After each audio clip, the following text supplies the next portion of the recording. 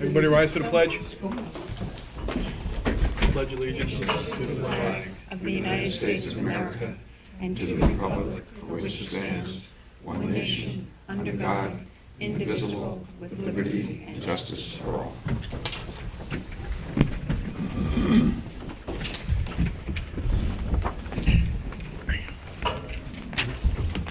Good evening, everyone. Mayor Mark Epley is pulled away this evening, so as Deputy Mayor, I'll be sitting in, presenting over the meeting. Actually, was called away to do some pretty important stuff for News 12. They're doing an ongoing article and story about the ever-growing heroin and drug problem on Long Island, so he's been called upon with his expertise in that area with his treatment center to discuss that and offer solutions. So he's doing something vitally important as well. With that, welcome to the September 23rd public session. We'll start with public comment. Anybody signed up has 3 minutes to speak. Only one person signed up. Michael Tessitore. Tessitore. Come up to the podium here. I'm with Wendy, so Wendy. Okay, so you're part of the presentation. We'll get our 6 minutes, maybe. So you're part of the board presentation? Yes, sir. Yes, sir. All right. Does anybody else in the public wish to speak? Okay. And with that, then we'll go into a board presentations.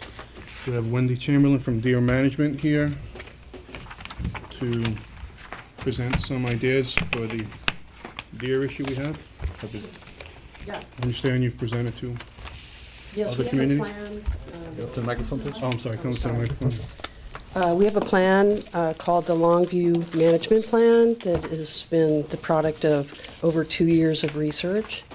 And both Mike Tessitore and I have brought special insights into this plan because I'm a wildlife rehabilitator and he's a hunter.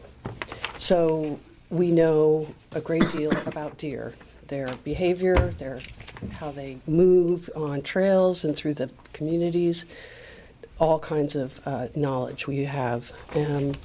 And basically, we feel that the DEC, in trying to create overreaching plan for deer management for the state of New York, is not really working well, in particular on Long Island, which is a captive audience. It's a island, so the development is increasing all the time. So we're pushing the wildlife off the end of the island, and it's causing more and more conflicts. But we see that it's very obvious that we need a plan suited specifically for the communities on the East End, and each community is different. For instance, the deer situation in Southold is completely different than the deer situation in Southampton Town. Not utterly, but pretty different, quite different. And in the village, Southampton Village, that's another problem altogether. So our idea, and we've been working with Southampton Town with this, and they're about to adopt a deer management plan that was melded into our Longview management plan, which basically brings people, experienced, knowledgeable, local people into the communities to speak to people that have specific deer conflicts problems. They can call in, we will talk to them, we'll go to their house, we'll go to their property, we'll go to their neighborhood, we'll ascertain exactly what the problem is, and we have a multitude of solutions to each particular problem. For instance, deer vehicle collisions. We went to Southampton Town and we got their police department to track and mark through their GIS office where most of the deer vehicle collisions occur and put those on a map. Then we went to see, are there any deer signs there? And fondly enough, no. So what we're going to be doing is because the deer really do cross in the same places, they follow the same trails traditionally, we are going to be putting up new solar deer crossing signs that are completely new to reattend the public to deer crossing signs because they just kind of don't even see them anymore. accompanied by a great deal of press to say, speed through these areas at your own risk because this is what we've done, and these are really serious. We'll also be putting a deer template in bright yellow on the street, so you cannot miss these. And that'll certainly cut down on a great number of these collisions. Not every one, because if a deer is spooked and he's in a different part of his area, he could run into the road. But you have to ask people to also drive carefully. Secondly, if there is an overpopulation in an area, in a small area, we have, Mike is the head of a club, Hunters for Deer, and he'll talk to you about this. As soon as I'm done, where they will do limited hunting using deer damage permits. My side of the equation is a real strong emphasis on the science of immunocontraception, which has gotten such bad press. And one of the reasons I think why is because managing wildlife and killing wildlife is big business. And so there's been a lot of negative reports about, and a lot of misunderstanding about immunocontraception. PZP is the immunocontraception I work with. It's a hormone from pig ovaries. It's injected into the doe, and it causes an immune reaction in the doe to the egg. Sorry, so when the egg drops, when she ovulates, antibodies attach themselves to the egg and make it impossible for the sperm to fertilize. One shot gives you 2 years of no babies. If you get them again, shoot them again, within the 2 years, you get 5 years of contraception. We're working with Dr. Rutberg, who's the expert on PZP. He's the one that's doing the program in Hastings-on-Hudson, which is going well. And we have already specific sites where we're planning to do a scientific study here. Not really a study, but a trial, because it's not authorized through the EPA to use in deer yet, although they've been using it for 30 years in the horses out west, the wild Mustang, and it's worked incredibly well. So as soon as that little technical hurdle is done, then we'll be able to simply shoot, dart, and mark the deer. The hunters will handle that for free. The immunocontraception itself is about $76, and Dr. Rutberg, the scientist, will oversee this through the auspices of Humane Society US. So that's the really exciting thing, because especially in some place like Southampton Village, that would be ideal. If we can just dart and mark, which means you shoot them in the hind end with the immunocontraception, and at the same time they're marked with ink, indelible ink, so you can keep track of these does. And if we set down a network of hunters and conservationists on your neighborhood, they will get to know the people, they will get to know the deer herd, they'll start getting counts, they'll start tracking where the real problems are, and then we can do a program as early as this fall in immunocontraception. Someplace like First Neck is ideal. Someplace like Dune Road, ideal. Very easy places to do a program like this. East Hampton Town is doing sterilization. I'm not a big fan of that, but it's a tool in the toolbox, and they like it, and they want to do that. And for me personally, it's a lot better than bringing in the USDA, which is just over the top and extremely expensive. I think I pretty much, in terms of ticks and things like that, we can go into communities or into neighborhoods that have a high tick problem. We could try a four-poster roller system where the deer goes into feed and puts its head through pyrethrin rollers, and that is just like top line or front line on your dog, kills the ticks on the deer. We can do tick tubes where it's would make more sense to use tick tubes. But the point is that we'll go into these neighborhoods, if we're wanted, and we'll help them solve all these little problems and with all these different alternatives. Because I think that's really what we have to do, is bring it down to the community. So, Mike, do you want to talk about? Yeah, one of the things you have to realize with the four poster program, and Shelter Island had a, Michael Tessitore, Hunters for Deer. The four poster program, Shelter Island has a project over the past couple of years that has been utilizing those machines. Basically, what they do is it's corn. It has to be clean corn, otherwise it'll clog the machine. And certain applicators have to be licensed to even be able to put permethrin on these rollers. So each four-poster system costs roughly $4,000 to $5,000 a year to maintain. Like Wendy said, it's using permethrin. More than one application, obviously. So the deer that feed at that station might get an application once, might get it 3 times.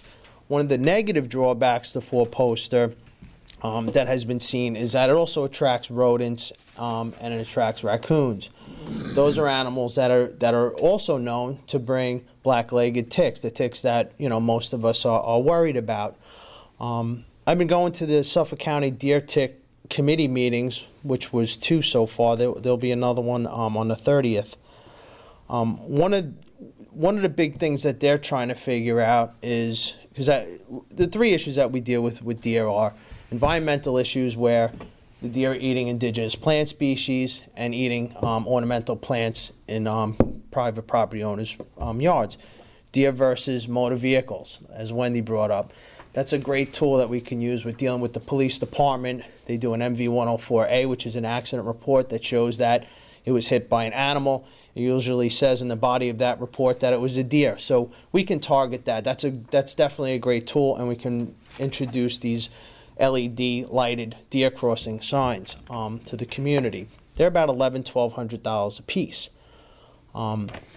Outside of that, then we have the deer tick issue, where ticks are on deer, and they bring them further than raccoons and small mammals and birds. But what's unique about the deer tick is that most people that get Lyme disease from the deer tick get them in their yards. Why is that? Because that's where we spend most of our time, is what I would say. They also get it from the nymph tick, which isn't feeding on a deer. It's actually feeding on rodents. That's why tick tubes kind of make sense. Tick tubes are basically a little, looks like a toilet paper roll with cotton, and the mice go, and it's the white-footed mouse, and they take the treated cotton balls and they make a nest with it, and they rub it on their fur, and that takes care of the ticks at a vulnerable spot where humans can see them. And the reason why humans get the nymph ticks is because and don't realize it is because they're so small. So that's why we have issues with the nymph ticks. So we want to try to target those mice.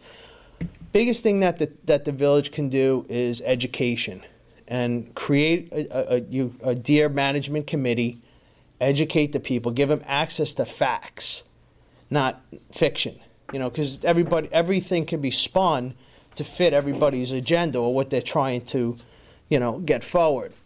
85% of the land on Long Island is private. So one of the biggest issues that we've always had in terms of hunting was access. Obviously, DDPs or nuisance permits aren't going to help in state land. Nuisance permits are really designed for farmers who are having damage done to their crops and losing money. So DDPs can also be used on private homes as well, because it's the private property owner that decides if the deer are becoming a nuisance. That's where the squeaky wheel comes into play, especially with the village. So if you give the village residents an outlet to contact the board and say, I'm having a problem, and you create a network where you're able to deal with it and see where that is, where people that are familiar with deer damage and say, okay, the understory is being eaten, I see where the plant damage is. You try doing exclusion by having fencing, but we've also noticed that there's more deer versus car accidents because of the fencing. So, and now your neighbor's been calling us more because they don't have fences, and you actually excluded the deer from your yard and you pushed them into their yard. So there's a lot of things to think of. So what my organization is, we're a 501c3, not-for-profit. We want to protect hunting opportunities and hunters' rights. So this year we were able to reduce the hunting setbacks, which would help a small community like yours. Instead of a 500-foot setback from a resident for a bow hunter, it's now 150 feet. Another thing that we changed was in January, there's usually a special firearm season. That's the first Monday. It's for 3 weeks. It runs it's only during the weekdays for 3 weeks in January after New Year's Day. They extended that now to weekends. That's a good tool for shotgun. Obviously, you need 10-acre lots to shoot shotguns. That would not probably work in Southampton Village. But what will work is the continuation of bow hunting season during that special firearm season, which we got. Assemblyman Fred Thiel and Senator Laval was able to push that forward, and the governor signed it. So the DEC will be allowing bow hunting during January to continue through the firearm season. So October 1st to January the 3rd week. Actually, it's written where it could go into January 31st, but we don't know if the DEC is going to regulate it that way or not. What that does is it puts bow hunters in properties under 10 acres in January. That's good, because what happens is we create safe havens for deer. We have a 10-acre spot where people can hunt, and then right across the street's a 2-acre spot where you can hunt. Guess where the deer go? 2-acre spot. So one of the issues we had at the beginning in December with property owners, and especially the Farm Bureau, was you can't tell us, tell a property owner that they have to have a certain hunter on property. They want to have vetted guys. They want to know the person's, proficient. So Hunters for Deer created a Need a Hunter program and a bow certification. So what our guys do is we go to Thrill of the Hunt in Calverton. It's a 3D archery range consisting of 30 3D life-size animal targets. It has 5 different stands, 3 standing, 1 elevated, and 1 from a ground blind. All real-world scenarios that they would probably use on a private person's property. I've shot nuisance permits out of people's garages with an open window because the person didn't want me hunting in the backyard. They wanted to target the deer in the front yard. So what this does is there's a score. It's a hard course. 240 is passing. Once you have that, I can say, I know the guy's proficient in archery. I know he knows where to target the animal, and he's going to do it ethically. Outside of that, what we do is we also give our guys liability insurance. Technically, they don't need it since the service we provide is free. Under New York State General Obligations Law, property owners are protected if they're letting someone use their property for recreation without collecting a fee. So we still want to make you feel comfortable because everybody's mostly afraid, not of the lawsuit, they're afraid of actually getting sued. They don't care that they're going to win. They don't want to have to defend against it. So we're telling you that our guys have liability insurance. In addition to that, if the property owner wants extra insurance, we can have them be covered for an additional $45 at the cost of the property owner. So we created the Need a Hunter program on our website, so any property owner can contact the town or through your PSAs or your website, and you can say, Hunters for Deer has a Need a Hunter program. If you want to get a hunter on your property, fill out their form. I personally will answer that email, and I will set you up with a hunter. Good thing about that is if that property owner had a bad experience with a hunter, they don't have to go up to the hunter. They can come up to me and say, Mike, John's a great guy, just something I don't like about him. No problem, John's removed. I put another hunter back in his place. What we're seeing is East End townships are looking to do a hunter-based program, but they're trying to use, they want to use locals. Obviously, why? Locals spend the tax dollars in that neighborhood. What happens is there aren't enough successful local hunters to be able to fill that role and to be on those properties. Most local hunters will hunt on private lands and not really hunt the town-owned properties. So there's issues with that. So I always say, I have 42 properties in Remsenburg. We're working on a program now. That doesn't mean that I'm going to put 42 hunters on them and then say they're going to hunt it once a week or 3 times for the season. Didn't help the property owner. What we need to do is target does when it comes to hunting. That's where DDPs failed, and New York State DEC actually took those permits away last September because managers of certain deer management programs and of DDPs were shooting trophy deer. They weren't using the nuisance permit to target does. on Long Island, there's a lot of different scenarios, but there's usually 15 doe to 1 buck. That's not really conducive for the deer herd. You really want like 1 buck to 2 or 3 does, and that's a better number to for that herd to be healthy and to succeed. So education, very important. Let everybody know what tools are available to them. Let them know about tick tubes. Let them know about what would happen with too much permethrin, or there are other alternatives to spraying in your yard that use a cedar oil. So create an education of facts. Let them know what the facts are, not what the fictions are, because everybody wants to argue this is great, and they'll say, well, let's do culling also. Culling doesn't work. It cost this year to shoot 192 deer. The Farm Bureau secured a grant of $250,000. It cost $1,302 to shoot 192 deer. The other thing is they didn't process all that deer meat to be given to the hungry like they said they were going to. One of the things that we do is we're in the process of buying a refrigerator trailer, and we have an agreement with Long Island Cares where any deer that the hunters wouldn't take, or the residents, that's another thing. The resident can have the tag transferred to them. We'd get that meat butchered and fill their freezer, so they can actually enjoy the protein source as well. If they don't want that animal, they could put it in our freezer. We bring it to our taxidermist, who is a certified butcher for Long Island Cares and the Venison Coalition in New York State, and Long Island Cares will pay the bill to have that meat processed and given to the hungry. So there are other alternatives other than running to government and asking for government to help us. That's one of the last things that I want in my life is more government. I want people to be educated and make decisions based on facts and not on fiction and not on fear. And just because someone says, oh, I can get you a state grant, that doesn't mean it works, because what they did was they created a Ponzi scheme with our wildlife.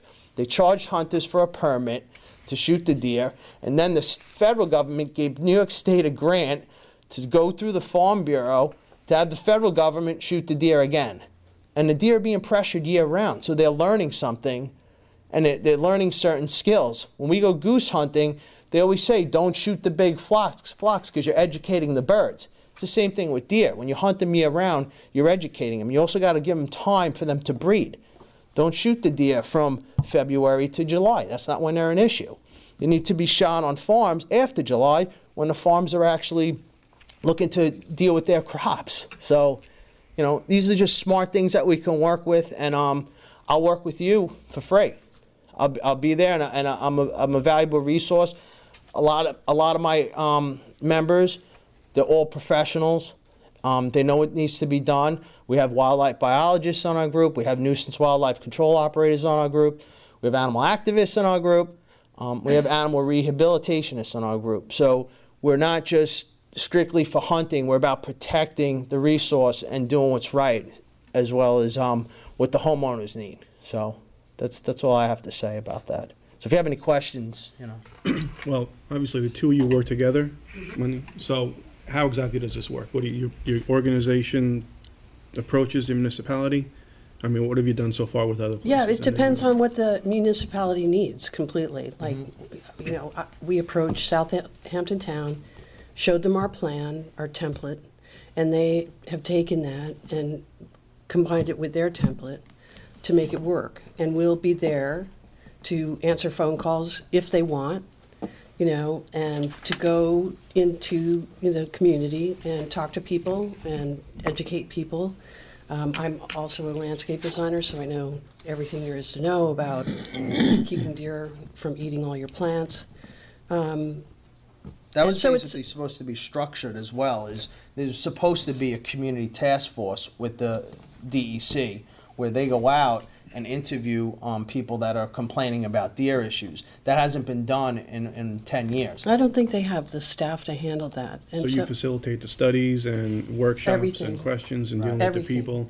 Yes, and I would work with Dr. Rutberg, and with Stephanie Boyles-Griffin, who's with the HSUS, to do any immunocontraception studies here. We work closely together. They do it for free as well. And we would have the hunters help us in that way. It's like all this free labor. And but it really depends on what you want. It's all about tailor-making it to each community. If you want to just take our plan and go your own way, no problem. We're just trying to facilitate something that really works and that makes sense, period. And you utilize all services, both contraception and hunting, so you're not just doing culling or one of... No, it just depends on, what's best for the circumstance and what the community wants, So I just want to understand, what would be the next step in this? The next step would be, you would say, we want to put together, we want to take your plan and we want to look at it and we want to customize it for the village. Then we want to, vet this to the public, and so they can come and voice their opinion on all of this. And then if that goes over and everybody likes the idea, then you just need to get us in touch with your community. You need to be able to give people a number they can call us. We're not going to go find problems. We need the problems to come find us, because there'll be a lot less. If we go ask people if they have a problem, they'll all say yes.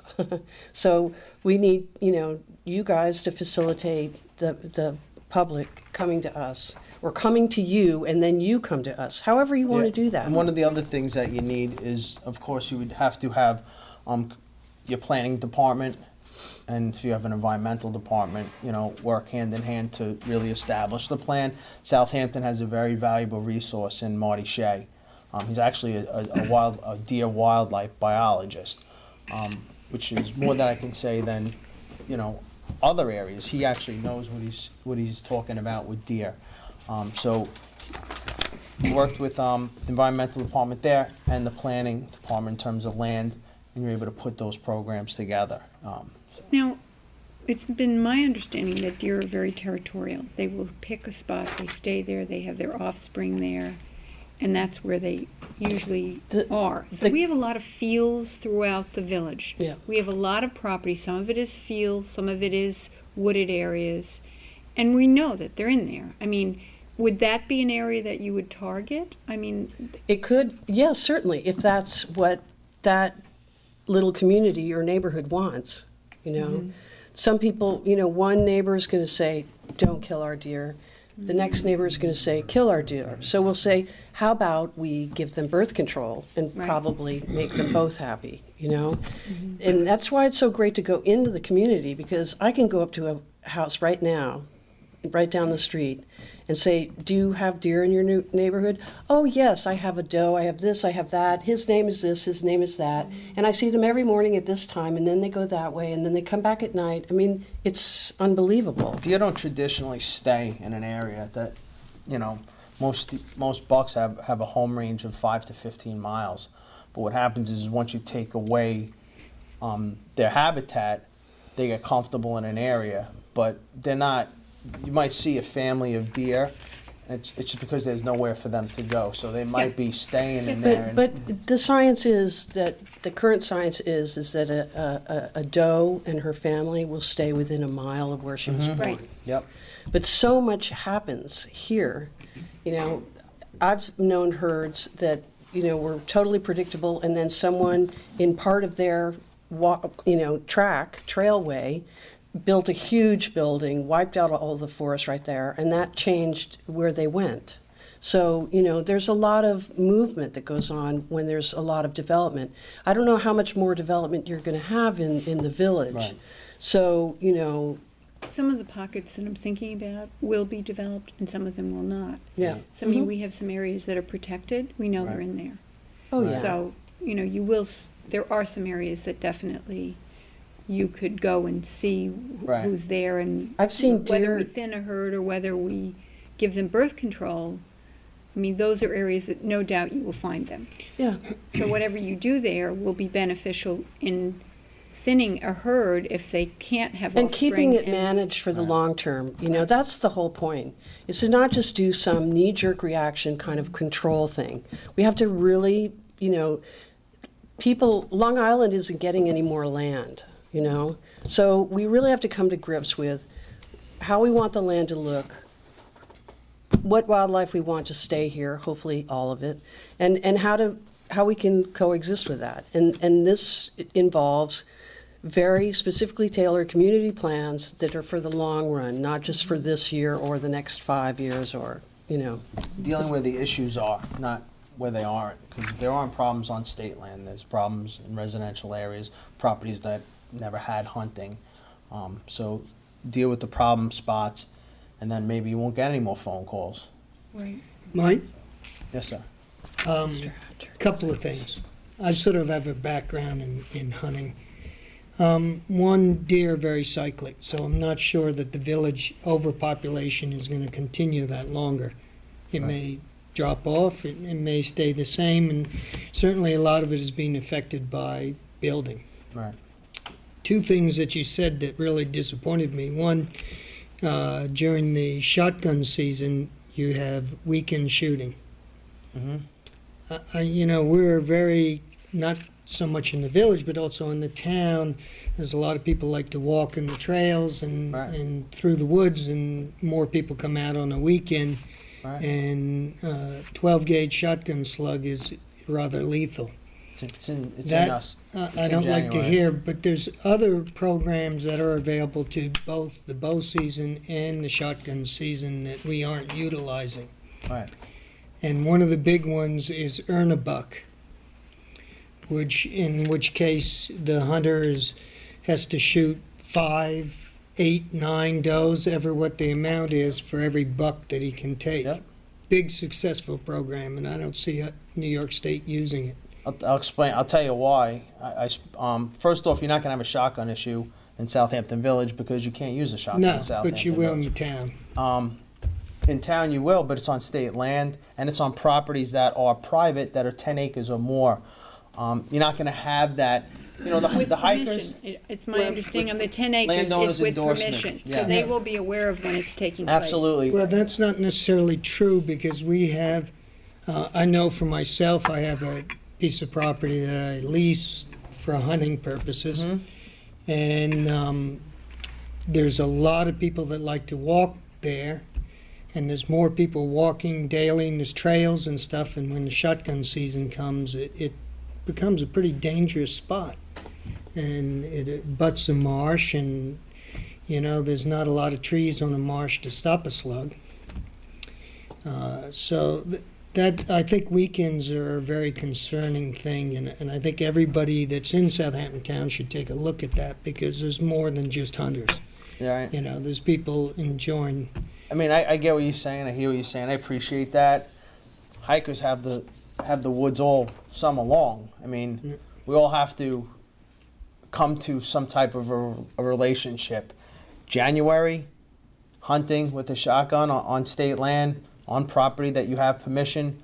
I don't see that issue being a problem. On I state understand what land, you're saying. I agree with you on state land. There's other properties that hiker can go for the day. Personally, I don't think it'll be a problem. I think, you know, that's another thing that we could help with. You know, we have so many people involved with this on our side that we could, you know, add additional signage to these properties or I've whatever you seen thought. signs posted. Yeah, other But thing- we for could the just, village, you know, for the village, I would prefer to see people with crossbows Thank you. than I would Thank you for that. with compounds because Long Island, the New York State DEC says that Long Island has an overpopulation issue, 3 times its carrying capacity, but yet excluded Long Island and Westchester from crossbows when they made it legal in the rest of New York State. So I agree with using crossbows on Long Island. Actually, if you know Dr. D. Nicola of White Buffalo, he actually said crossbows would be a cure-all for Long Island in terms of deer management. Earn a buck program, I'll tell you why it doesn't work. Because you might have, and this is from the DEC, from conversations that I've had with them. We actually supported and support an Earn a Buck program, and that's something that, you know, we can discuss down the road. But Earn a Buck doesn't work because you might have a hunter in a tree, and for a week, all he sees is bucks. So he's not shooting those bucks because he's waiting for the 9 does that you wanted him to shoot. well, you and I both know that if he sees nothing but bucks, he's right in the middle of the rut. And you know, could- you and know that's what, a very though? short time. Let That me can where be I a- hunt in East Quogue, I don't see a 15-to-1 doe ratio. Yeah. I've hunted in East Hampton, I've hunted on Shelter Island, and I've seen nothing but does. So each area is unique. You know, don't get sucked into thinking that, you know, Suffolk County or Long Island, this is what the number of deer. It's not about the number of deer. Let's get that off the table right now.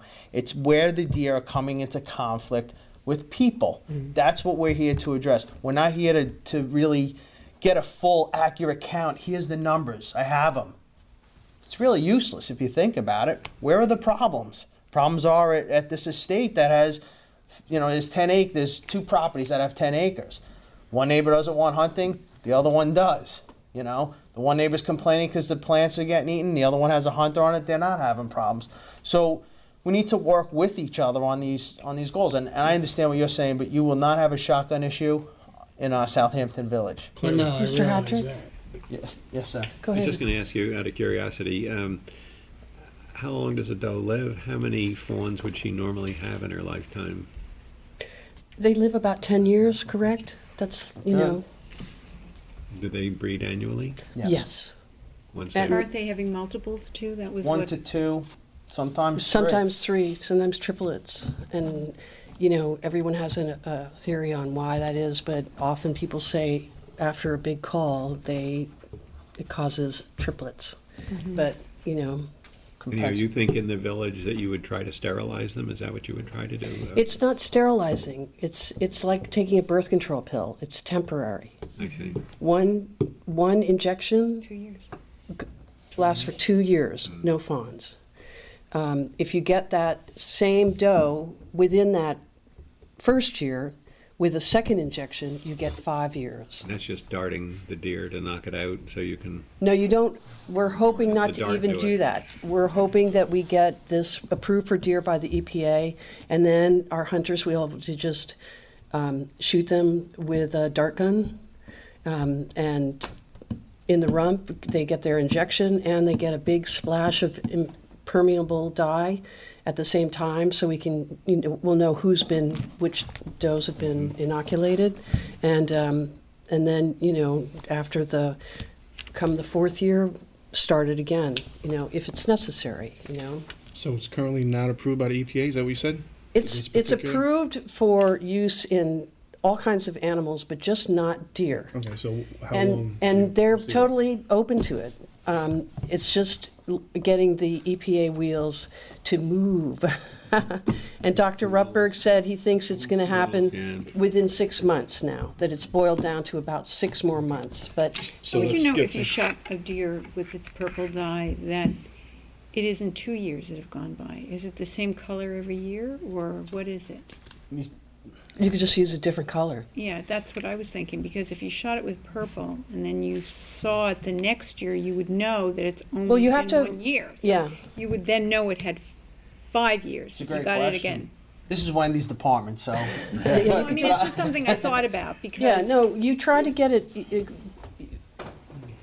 when would the, be great to have 5 years out of it. yeah. If they live for 10. It's really, that's Yeah. really the You said ticket. it worked 3. Yeah. I remember it works 3 and you can multiple inoculate. You were telling me a while back. Oh, yeah, it doesn't hurt them to multiply inoculate them, but why waste the time, the stress, you know, even just darting a deer is stress.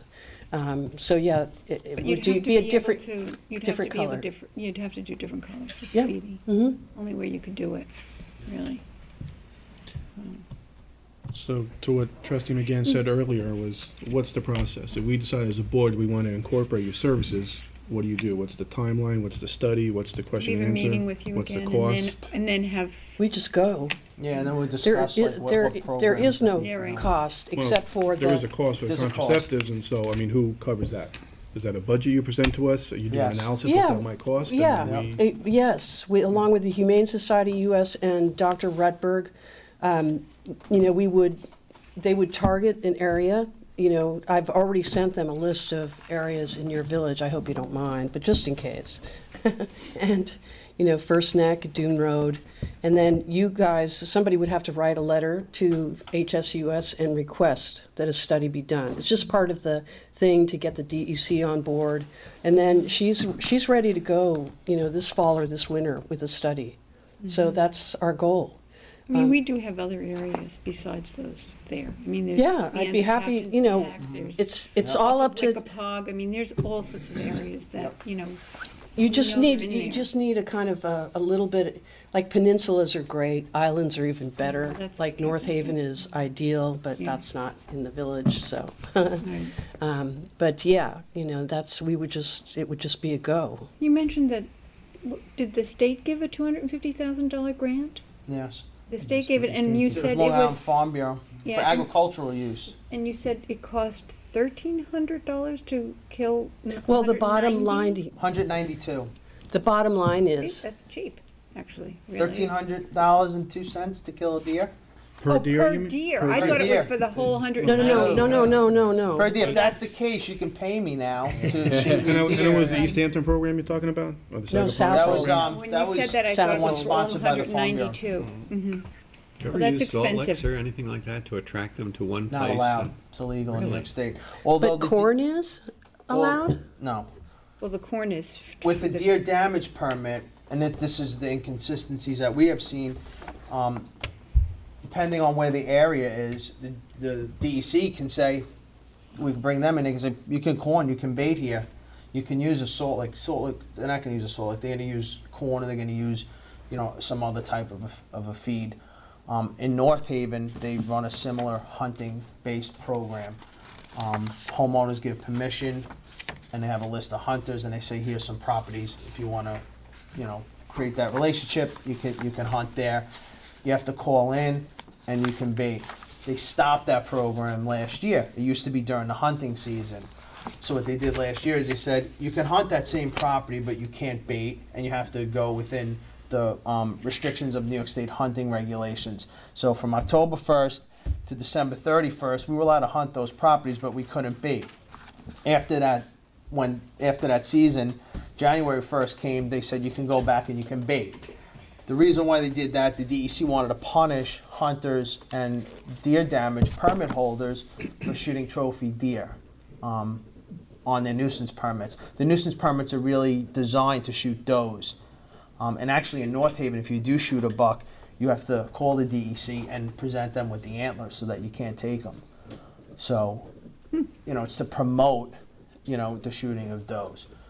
So they have a great program over in North Haven. It's just being affected by bad regulations. You know, the DEC has a 2012-2016 deer management plan that is awesome. You know, it's great on paper, they just don't follow it due to lack of resources. So municipalities are forced to make the decisions, oh, we're gonna come up with our own deer management plans. Truth is, hunting season's October 1st. Private property owners don't need government to tell them, you know, that you can use a hunter on the property. As long as it's legal in that area and there are no laws that say that hunting is illegal in the village, I can go and contact all the homeowners around here if I want.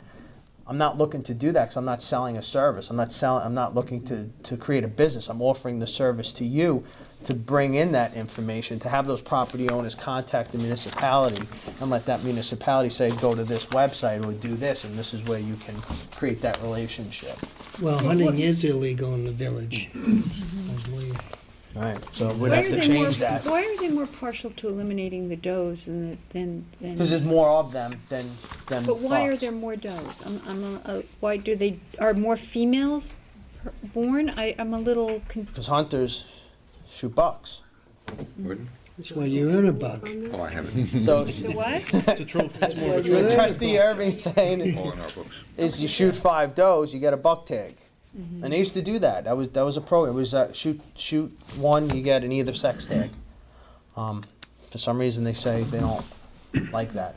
Well, seeing as we have a potential issue with actual hunting within the village, as Trustee Irving pointed out. Right. We don't have the contraceptive approved yet for 6 months. Where Well, exactly? no, you can do it now. You just, it's approved. The EPA has approved it. Just because it's not approved for use in deer right this second, Well, that's what- we go through the DEC, and that means we have to tranquilize the deer, tag the deer, and then inoculate the deer and mark them. So And all that- that, as opposed to shooting it and with just the starting actual and marking. contraceptive.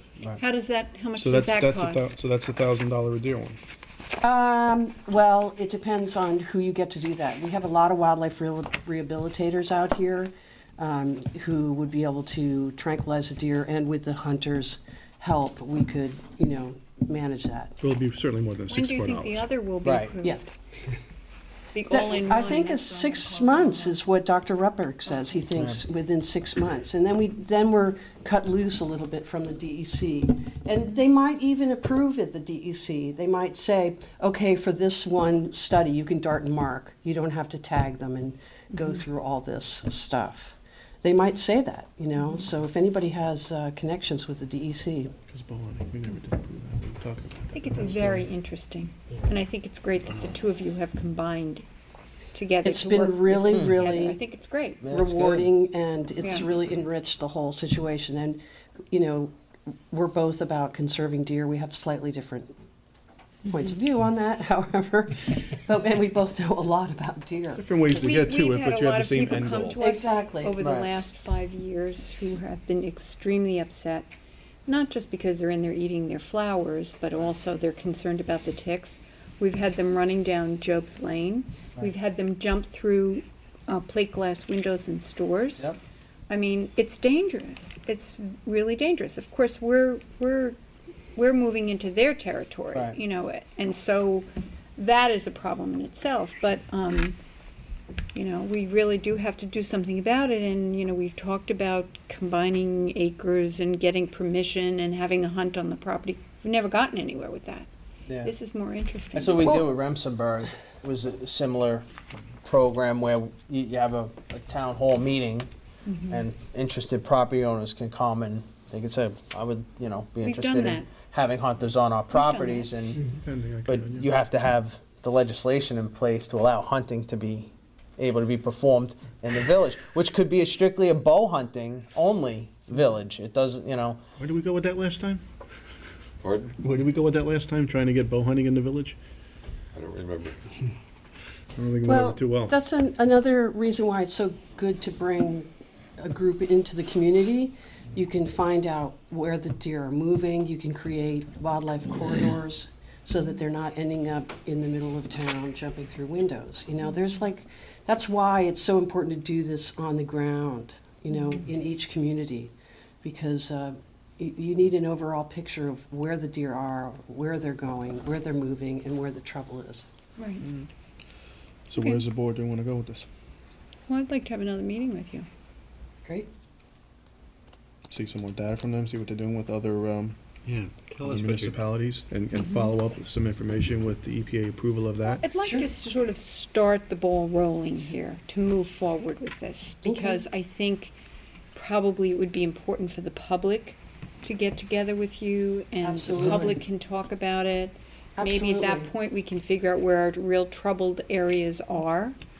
I mean, I kind of have an idea, but right, maybe it isn't. right. So, I think that would be a good thing to maybe set up a meeting with the public and advertise that we're going to have this meeting Right. with you and the public. And No, people that can sounds ask great. questions. And, And I don't know if it's- that's step 1 or step 3. I have no idea on how this works, so. Well, I think you have to have some in-place structure. So after you have the meeting, you can then move on. one last question. Sure. If you're going to be sterilizing the does, how long does it take you to make a dent in the problem? Because, boy, there's a lot of them running around. I don't have the scientific numbers on that. It is in the paperwork I gave you that you should have in your notebooks on PZP. There's a graph that shows how it goes down. I'm not a mathematician, but it just depends on how many, let's say you It's have. not in, I had given everybody a full package. This is just a cover letter in here. Okay, No, also I in have that it in is. here. With the graph? I don't know if the No, graph What is do you in think? here. No, that's just a cover letter. If you, Package I if you distributed. sterilize So go ahead. 20 does A 5-year for plan. 5 years, A 5-year plan. he thinks it's a 5-year plan. 5 Took years. 10 to get us to where we're at today, so, actually it took 25 And years it's, to get us to where we are it's today. not just like tons of deer and then in 5 years, hardly any deer. It's like a slow progression downhill. I watched a program on the white-tailed deer, and the amount across the United States on how it has multiplied. It's mind-boggling. Well, there used to be a lot more, and we brought them down to almost zero through overhunting. So now they're surging back. You know, it's just, you know, we're terrible wildlife managers, bottom line. You know, it's either feast or famine. And so we're trying to figure out some new ways to do this a little more far-sighted. That's why it's called the long view management plan. So we don't, you know, so we're not on the seesaw all the time. Have them get some stuff together and come back and present to the public. We'll Like talk to with say- the mayor about it, you and then know. we Sure. can organize something That to have sounds you come and terrific. talk to the public. We'd be All right, happy great. to. So I think part of that would also be getting together what you have done already, some studies obviously provided with Mr. Funch already, and some numbers. And then, of course, that would be us discussing how, as a board, you know, we want to implement it in Sure. our particular village. Sure. So with that, then we'll wait till, we can discuss with the mayor, Okay, get some more stuff together, review the package that you dropped back with us, and we'll have Mr. Funch get back to you as far as coming back with some more concrete stuff to present to the Okay. village. that sounds terrific. Okay? All right, thank you Terrific. for your time. Thank you very much. Do you guys have a separate police department, or is it Southampton Town? No, Our chief there's of our police- chief right there. Our You chief can go police talk to him. is right there. With the particular vehicle data, I'm sure you're, Okay, okay. And what was the other question I wanted to ask? I think that's it. I can't remember my other question, but, again, reach out to Mr. Funch with Okay. any particular stuff that comes up, this question you think of, but any data you need to come back and present to us, then of course you can kind of get through him and the chief. okay, great. Thank you Thank so you much very for your much. time. Thank you very much for your Thank you. presentation. Thank you.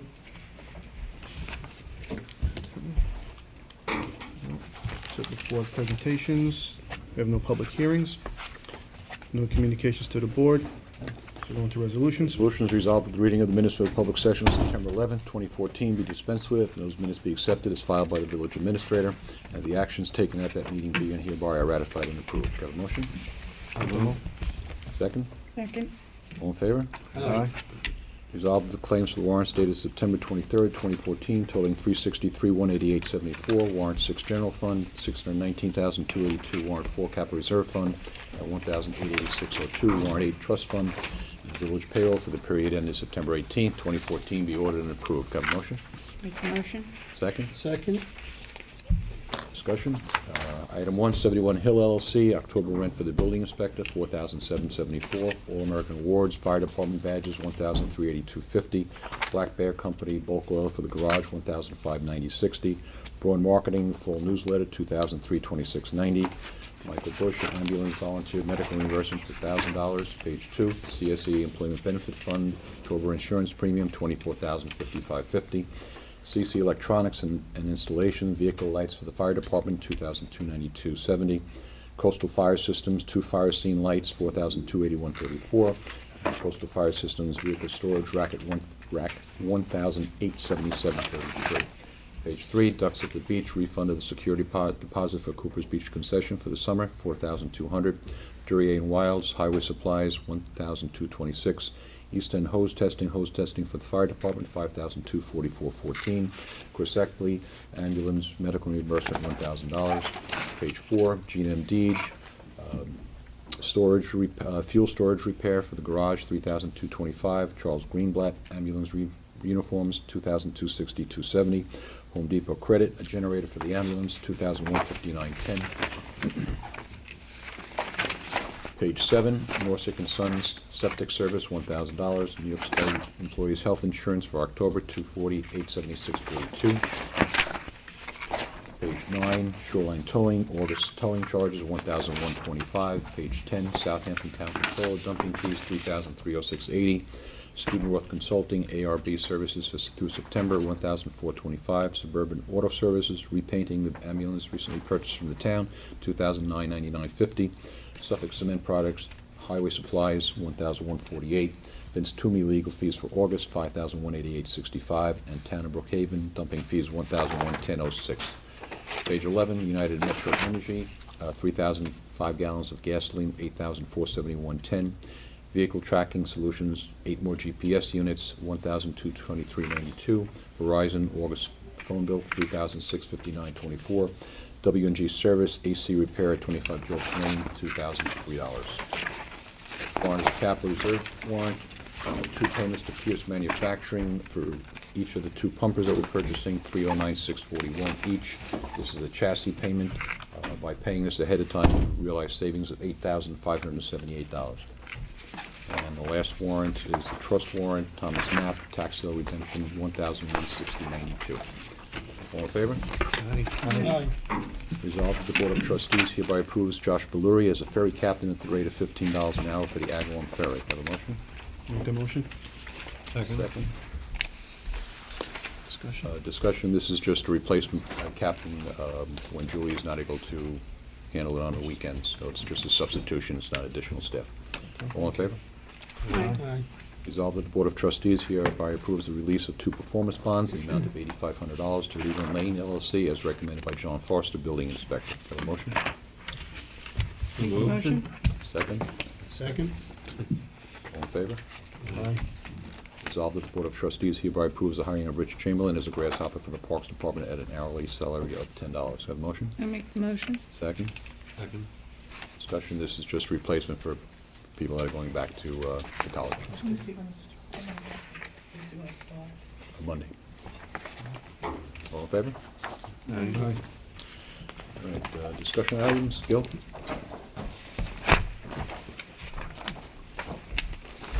Thank you. Good evening. I'm appearing here on behalf of 2 clients of mine, Robert and Merrill Meltzer, and I've outlined what I'm here for in the letter that I submitted on August 27th. And this goes back to the days when the village had another moratorium, a moratorium on the development of wetlands. And back in 1990, my clients who own, actually it's an easement that runs from First Neck Lane to the body of their property, which fronts on Cooper's Neck Lane, made an application for a wetlands moratorium waiver to construct a tennis court on their property. And as a result of that waiver, you may remember that those applications, I don't think any of you were on the board then, but the trustees had to administer that program. And in connection with granting a waiver, the Board of Trustees imposed certain conditions on this right-of-way, which is a separate tax lot number. And what's bringing this to you now is that the Meltzers no longer have need of that right-of-way. In fact, they front on Cooper's Neck Lane. That's where they take their access. And the person who owns the property at 477 First Neck Lane has contracted to buy this strip over which he's enjoyed a right-of-way since the 1960s. And in fact, he has actually used that as actual physical access to his property, even though there's a flagpole strip that gives legal access.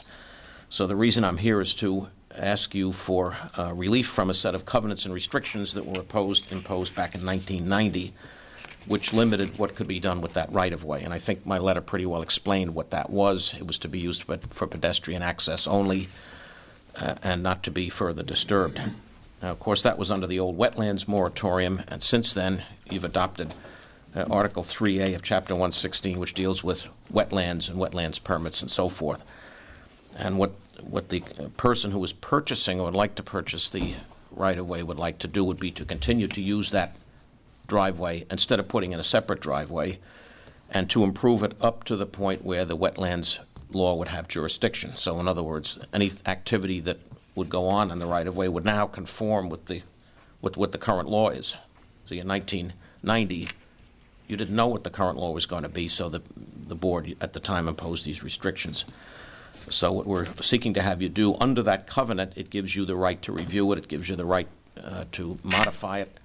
And so that's really what I'm here to ask you to consider, given the fact that there's now a wetlands law that deals with the situation. And as I pointed out in my letter, the owner of the property to the south of this property has made an application to the planning board for a lot line modification. And I believe that has been approved, or if not, it's on the verge of being approved.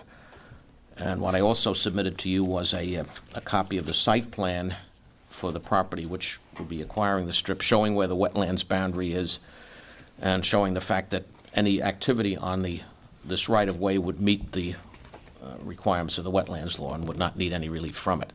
So that's, in a nutshell, that's it. In a nutshell, Counselor? This declaration of covenants and restrictions back from the 1990s with the new wetlands law in place.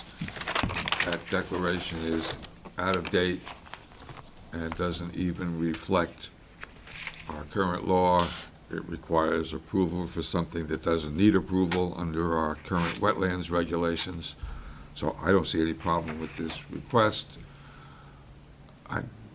Rather than to keep doing something like this, it probably makes more sense simply to do away with the old declaration of covenants and restrictions, because you don't want them to have to come back to you for something that, again, for something that is allowed under the code, under the wetlands code. So that would be my suggestion. Has the wetlands line been verified? Yeah, in fact, I think the map I submitted has a wetlands line that was verified by the village. Okay. I have copies here. Oops. I have a copy. You'll get Yeah, me a copy. there is. I just don't remember from that. Okay. My suggestion would be that you, if you don't have any problem with this, that you let Gil and I work out some language to eliminate a meaningless declaration and to just cover the law that we have. And then when Gil prepares a legal document to do that, we can put it on the agenda to formally approve it. And then that would, whatever he's looking to do, would then take care of after the fact. Yes. That would be terrific. Just for your information, the wetlands were verified by the village on May 2nd, 2013. Okay. So that would be my ultimate request, would be to get rid of the covenant for the reasons Mr. DePietris mentioned. So I'd love it if you'd let me do that. Okay, why don't you prepare a draft document and show it to me, and I'll give you my comments, and we can come back for formal approval from the board at the appropriate time. Thank you. Perfect. Thank you, Gil. Thank you very much. Thank you.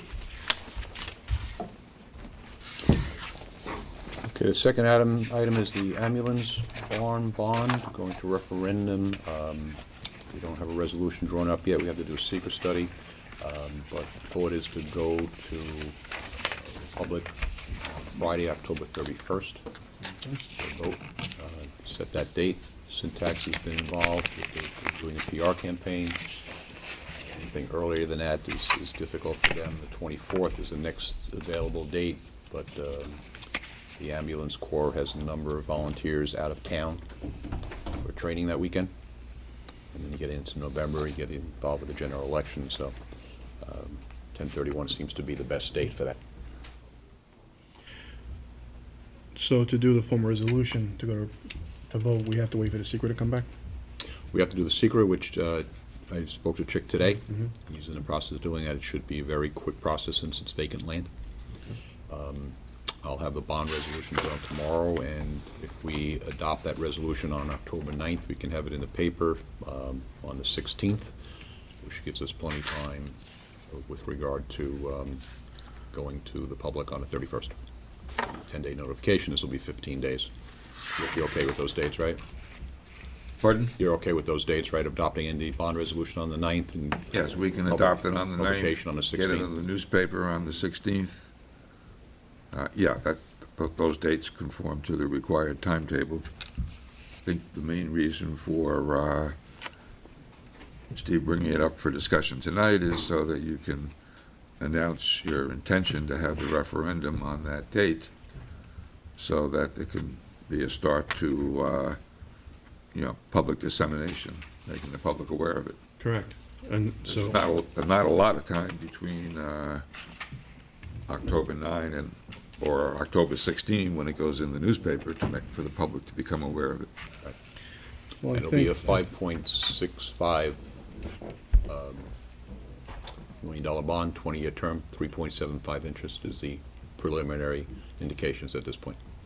so we're gonna have the literature How long going is the out. bond? 20 years.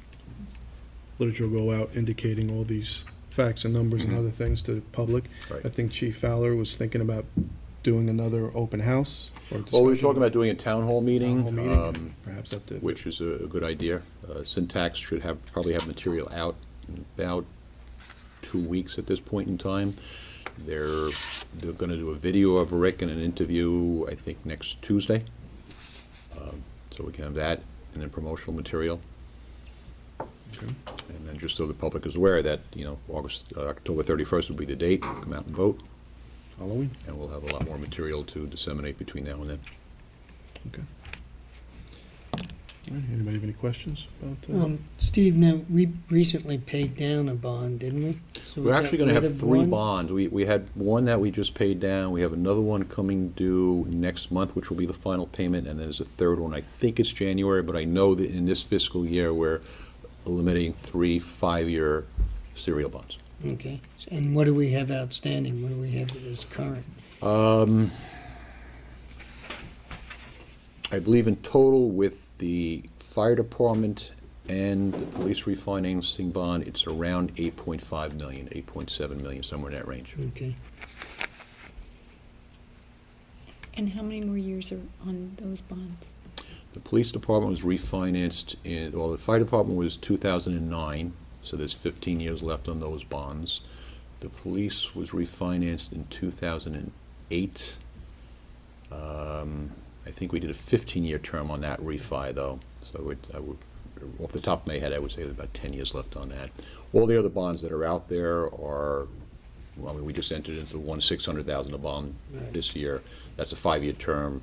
The other ones are, we've been doing basically 2 per year over the last few years. So the first wave is now getting extinguished. So the following year, you'll have 2 more that'll be extinguished, and so everybody else is like 1 to 4 year terms that are left. Right.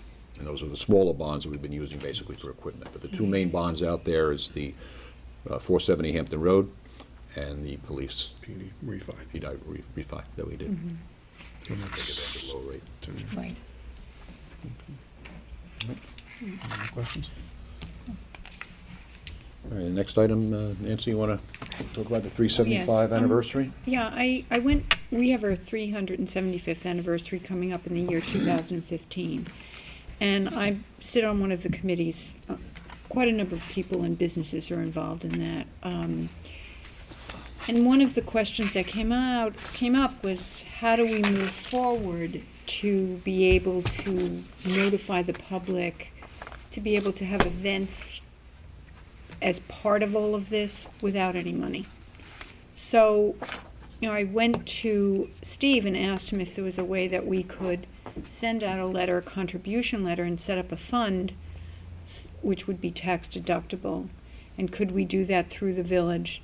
And then when the different organization that is involved in all of this needs money, whether it's to promote the events that are taking place, because there's quite a number of events that are scheduled, which will be wonderful for the community.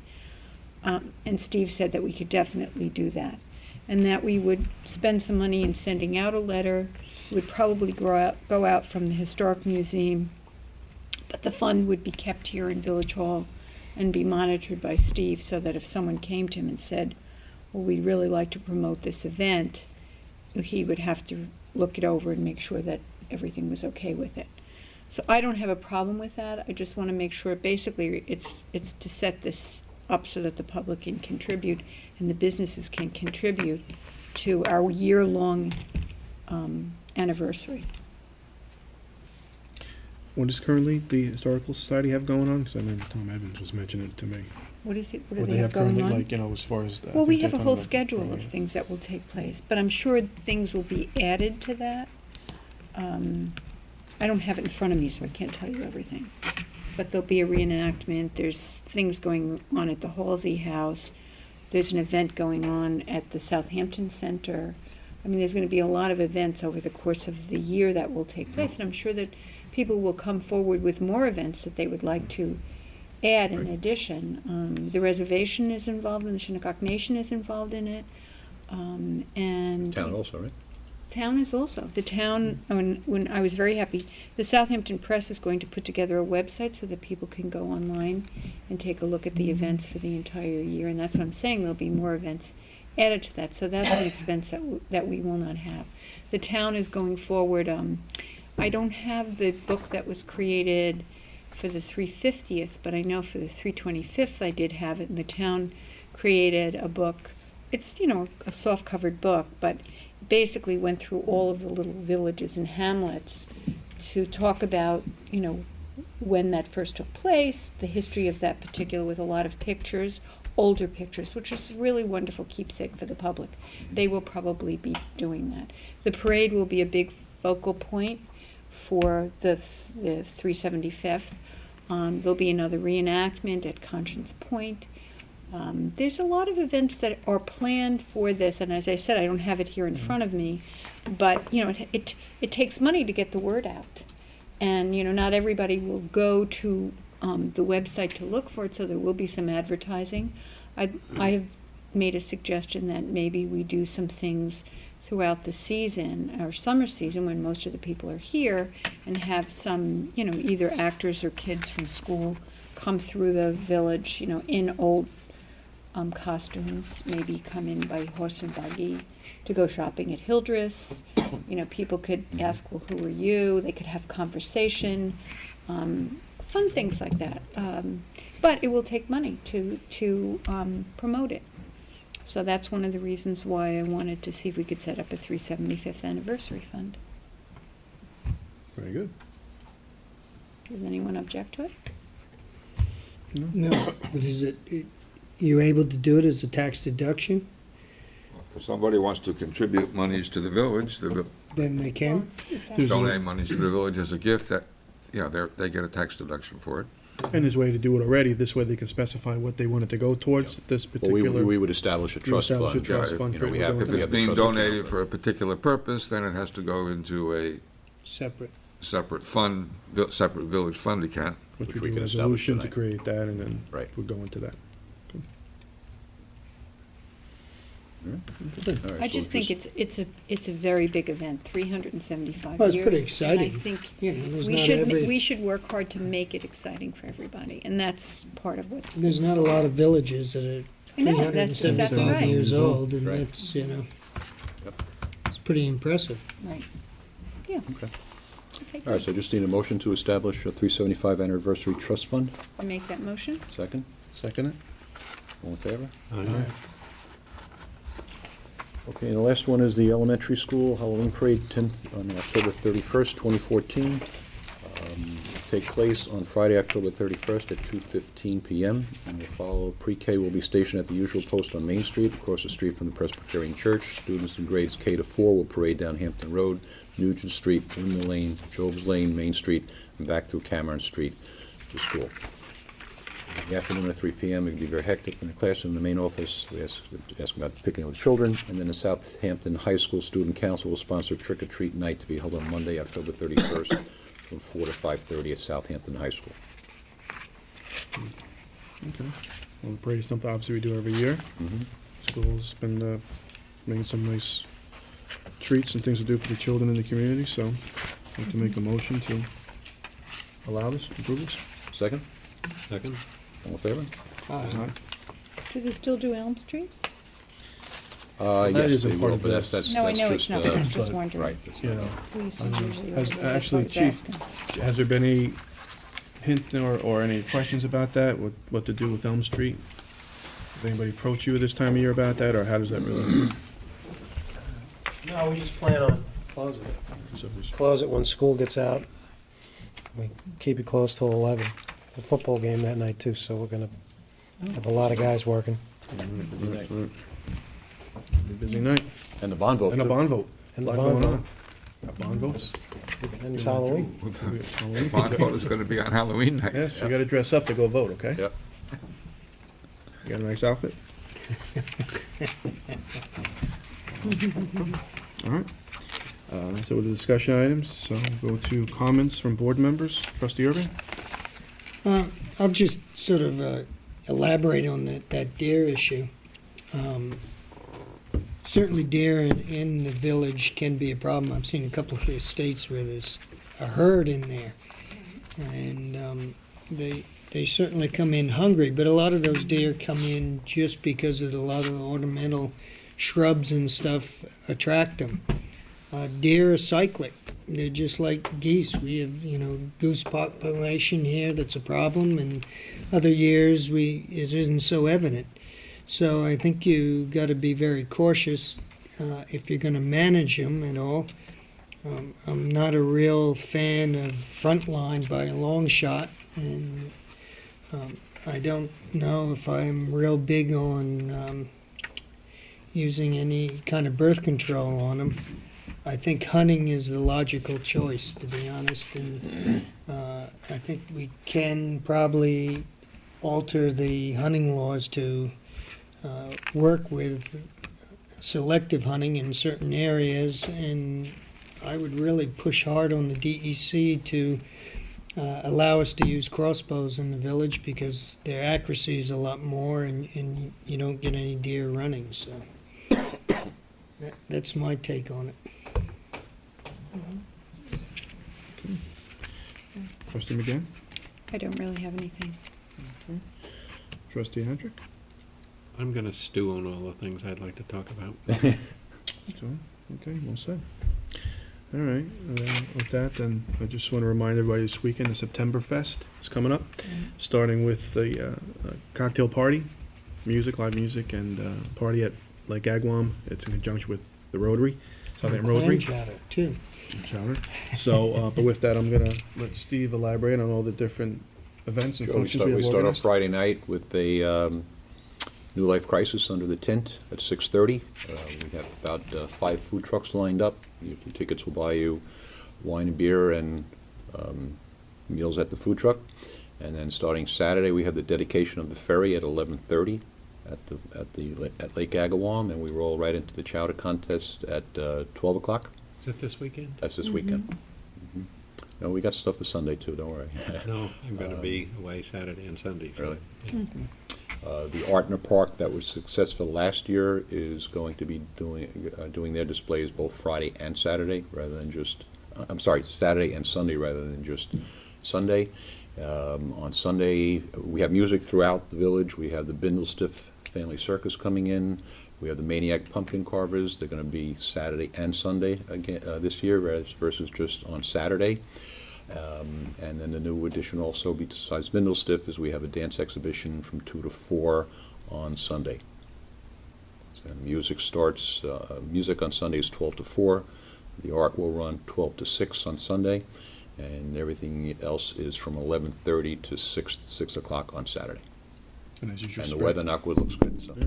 And all these things are spread throughout the village and using The the arts. Historic Museum is also having their Yes, event. they have their Harvest Day Fair. They have the Yeah. wedding reenactment and the usual sheep shearing and Right. animal displays. So it's really a lot of activity in the Mhm. village. It's going to be And a lot the, of A lot fun. going on. And That's the pumpkin carvings, what's on Village Hall steps? We have Is that what it was pumpkin last year? carving, 2 locations, one at 25 Jobs Lane and one at Agawam Park. We have caricature coming in. Caricature. Yeah, it's a tough one, yeah. We have face painting. We have pumpkin painting. That's all going to be at 25 Jobs Lane. A lot of kids' activity. We also have the Conscience Point Fish Hatchery coming in to do a educational program on oysters, which they did 800,000 sea oysters this year. And in concert with that is the Sea Scouts troop that's running the ferry. They're involved with that hatchery, so they do a lot of volunteer work. So there'll be cross information going back and forth there. And the Boy Scouts will be having some display about Dutch oven cooking and some environmental programs. So a lot of educational things going on, a lot of activities for the kids, entertainments for adults. Again, we have 12 food vendors on Saturday. We're out down in the park, a couple of food trucks, so plenty to eat, lots to do. Wow. Well, congratulations to the committee that's organized all this. I know you're part Start of. that in January. Yeah, I know you do a lot of work with a lot of Oh, it's meetings. So, Great stuff. Yeah. so there's a lot of good things going on. So, Each year it gets bigger and better. yeah, Bigger no, and better. it's- And due to last year's success, we had a lot more contributions coming in from the community, which is great, which allows us to do more and more. Because we had a very good turnout last year. Thank goodness to the weather, and knock wood, this weekend looks great. I think that ferry ride's going to be a nice addition to the Very. whole Right. process. So, Last year, I know I had some people staying with me from out of town. And Oh, yeah? They went down there and they had a great time. Good. You know, Good. Yep. between all the events and the clam chowder and stuff, they Yep, were exactly. so enthused by it. Right, yeah, we got some good music going on, and music throughout the village. There's music up at the chamber, on the corner here, 25 Jobs, over where Topiary is, and of course, the show won't be able to be down to the park. And I think it helps the businesses on Job's Oh, Lane yeah. and Main Street. Absolutely, absolutely. so So great. So please, everybody come out, support the community, support local vendors and store owners and restaurant owners, and have a great weekend, because there's a lot going on, and it's a lot of people, a lot of hard work into it. So it really showcases what we have going on here on our quote-unquote off-season, our off-summer season, and how we plan on, how we like to make, extend the seasons of visitation and travel to the Hamptons. And this has been a very successful complement to what we do for the rest of the year, rest of the seasons. So with that, no more comments, then I'll open it to the second public comment to the public. Seeing as nobody's rushing Aaron? to say anything. Good. I will then go to motion to adjourn to executive session to discuss personnel matters. Second? Second? All in favor? Aye. All right.